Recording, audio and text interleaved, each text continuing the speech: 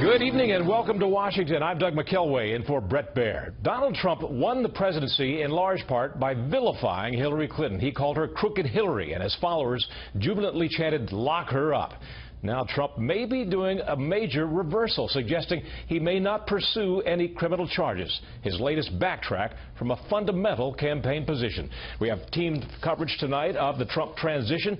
Jennifer Griffin at the Pentagon with a look at the president-elect's relationship with the military and his pursuit of a defense secretary. But we begin with correspondent Peter Ducey at Trump Tower tonight and what appears to be a clean slate for his vanquished opponent. Good evening, Peter.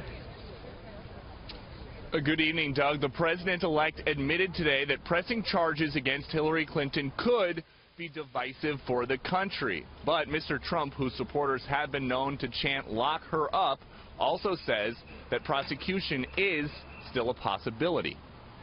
This afternoon at the New York Times headquarters in Manhattan, Donald Trump explained to print reporters why he'd be hesitant as president to continue probing Hillary Clinton's possibly illegal behavior as Secretary of State.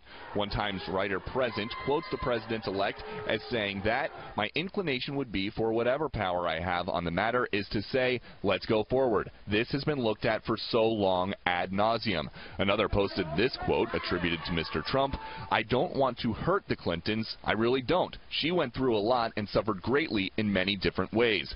That empathy for his former Democratic opponent represents a major departure from what he said to her face in the final stretch of the campaign. It's just awfully good that someone with the temperament of Donald Trump is not in charge of the law in our country.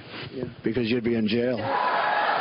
One of Trump's most visible surrogates, Rudy Giuliani, says he would still support an investigation into Clinton, but that he understands where the president-elect is coming from. Look, there's a tradition in American politics that after you win an election, you sort of put things behind you. But critics are having a hard time stomaching the president-elect's second-guessing. Well, so much for locking her up, I guess.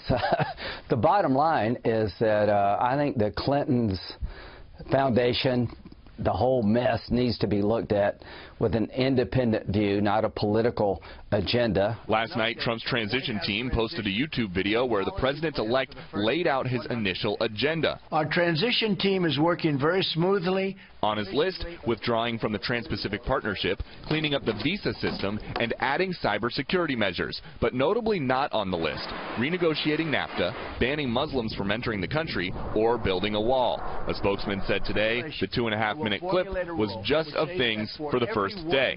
Back at Trump Tower, Mr. Trump continued meeting with candidates for administration posts. Today it was Congressman Cynthia Lummis from Wyoming, Dr. Seema Verma, CEO of a health policy company, and Dr. Ben Carson. Mr. Trump tweeted, quote, "I am seriously considering Dr. Ben Carson as the head of HUD. I've gotten to know him well. He is a greatly talented person who loves people." Has it been offered, sir?